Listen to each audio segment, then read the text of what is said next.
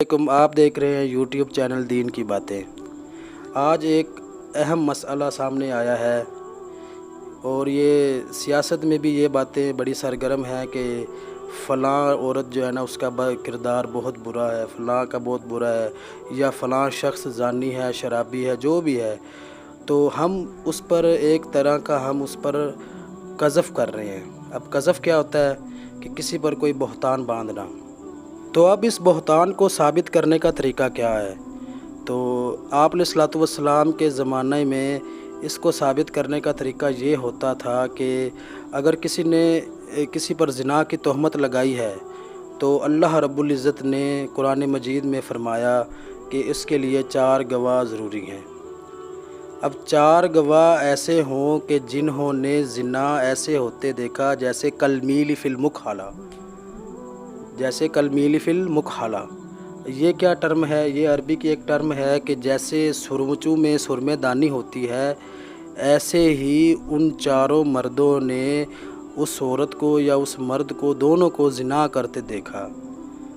सबसे पहले तो यहाँ पर मैं हद क़ज़फ़ की जो है ना जो है ना बहुत ज़्यादा, इसको मैं एक अच्छा अमल समझूँगा कि इसको सबूत के लिए अल्लाह रब्बुल इज़्ज़त ने बहुत सख्त शराइत रख दी कि 4 मर्द देखें, इस हालत में देखें कि जैसे सुरमुचू में जैसे सुरमेदानी होती है। इस हालत में अब देखना कैसे मुमकिन होगा? तो बहुत ही कम वाक़यात हुए हैं आप अलैहिस्सलातु वस्सलाम के दौर में कि जिसको हद क़ज़फ़ लगाई गई हो, क्योंकि इसकी शराइत बहुत सख्त है।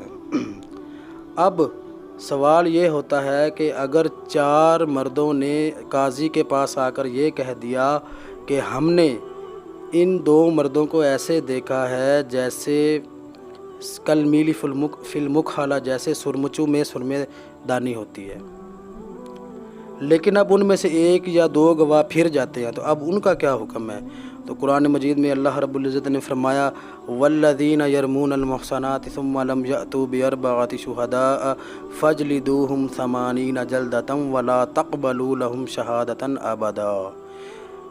इस आयत को पढ़कर पता चलता है कि जो काज़िफ़ होता है उसकी सज़ा कितनी सख्त है। अल्लाह रब्बुल इज़्ज़त ने फरमाया वल्लज़ीना यरमूनल मुहसनात, के जो नेक औरतों पर तोहमत लगाते हैं, सुम्मा लम यअतू बिअरबअति शुहदा, फिर वो 4 गवाह नहीं लेकर आते, तो अल्लाह रब्बुल इज़्ज़त ने आगे अमर का सिगा लाए। अमर कहते हैं कि इस काम को लाजमी करो।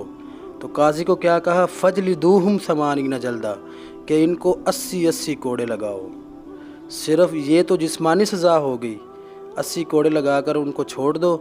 आगे क्या फरमाया? वला तक़बलू लहुम शहादतन अबदा, कि उनकी किसी भी मामले में कोई गवाही कबूल ना की जाए।